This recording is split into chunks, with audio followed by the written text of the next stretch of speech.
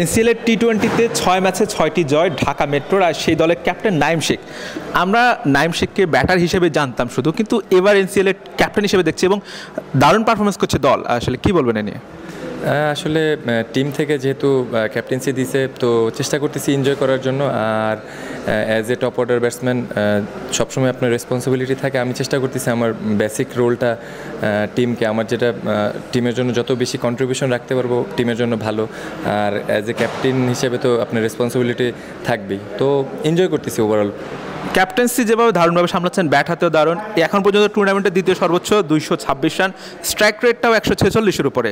সব কিছু সামলাতে কি একটু চাপ হচ্ছে কিনা? না, এনজয় করতেছি আসলে, ব্যাটিংটা এনজয় করতেছি, ক্যাপ্টেন্সিও এনজয় করতেছি। আর 150 স্ট্রাইক রেটে ব্যাটিং করতে পারে। এখন তো ইমপ্রুভ করছি, কিছু জায়গায় আমার কারেকশন দরকার ছিল, ওগুলি করছি, দ্যাটস আমার জন্য ইজি হয়েছে।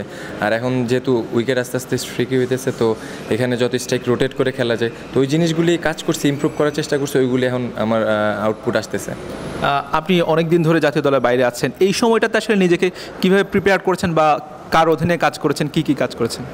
আসলে আমার তো ডোমেস্টিকে কোচ আছেই, আমি চেষ্টা করতেছি ওনাদের টাচে থাকার জন্য। স্পেসিফিক একজনের কাছে কাজ করতেছি এরকম না, আমার ডোমেস্টিকে কোচ আছে, এখানেও এই টিমে কোচ আছে, তো লোকাল যারা কোচ আছে এদের অধীনেই কাজ করতেছি।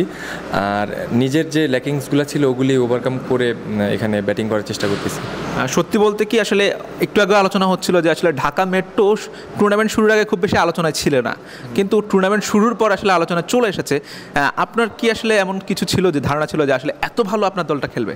না, সবসময় আলোচনায় না থাকাই ভালো, পারফর্ম করে আলোচনায় আসাই ভালো। তো আমরা চেষ্টা করতেছি টিম ওয়াইজ পারফর্ম করার জন্য। যেহেতু আমার টিমের বোলিং ডেপথ ভালো, ব্যাটিংয়ে ওভারঅল সবাই চেষ্টা করতেছে ভালো করার জন্য, পারফর্ম করে সমালোচনায় থাকাই ভালো। আপনার এত ভালো ক্যাপ্টেন্সির মূল মন্ত্র কি? না, আসলে এনজয় করতেছি। আপনার যখন এই ধরনের আপনার বোলিং অ্যাটাক থাকবে, আবার উপর থেকে যখন আপনি এরকম ভালো একটা টোটাল দিতে পারবেন, তখন আপনার জন্য ইজি হয়ে যাবে। তো আমরা একটা ভালো যেহেতু স্টার্ট দিতে পারতেছি, আমাদের মিডল অর্ডার লো অর্ডাররা মাঝখানে একটু স্ট্রাগল করতেছিল, এখন খুবই ভালো ওভারকাম করছে। তো চেষ্টা থাকবে একদম শেষ পর্যন্ত এরা কন্টিনিউ করার জন্য। কি মনে হয় চ্যাম্পিয়ন হতে পারবেন? আসলে ওইভাবে লম্বা টুর্নামেন্টের আগে থেকেই চিন্তা করিনি যে কি করব না করব, একটা বাই একটা ম্যাচ করে যাচ্ছিলাম, তো ওই প্ল্যানেই যাব, এটাই চেষ্টা থাকবে। এখন ওইভাবে কোনো কিছু চিন্তা করি। এটা তো ঘরোয়া লেভেলে বেশ বড় একটা টুর্নামেন্ট, এখানে যেহেতু সাকসেস হচ্ছেন, ভবিষ্যতে বিপিএল কিংবা অন্য কোনো জায়গায় ক্যাপ্টেন্সির সুযোগ থাকলে নেবেন কিনা? না, আসলে ওইভাবে এখনও লম্বা চিন্তা করি না, আপাতত এই টুর্নামেন্টে আছি, বেসিক প্ল্যান এই টুর্নামেন্টেই থাকতে চাই।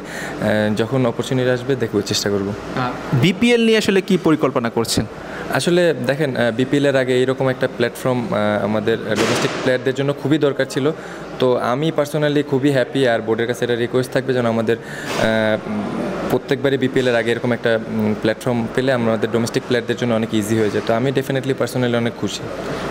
নাইম শেখ নামটা আসলে পারফর্ম করলে যতটা না বাবা পায়, তার চেয়ে খারাপ করলে একটু বেশি কি সমালোচনা হয় দর্শকদের হতে, এটা নিয়ে একটু কি আসলে আফসোস আছে কিনা? না, টু বি অনেস্ট, সমালোচনা হইলেও দেখি না, বা ভালো কমপ্লিমেন্ট আসলেও দেখি না। আমার কাছে আপনি যে কোনো নিউজ হইলে আমার কাছে এগুলি আসে না, তো আমি দেখতে পাই না। ভালো হইলেও দেখি না, খারাপ হইলেও দেখি না। আমি আমার বেসিক প্ল্যানে থাকার চেষ্টা করি।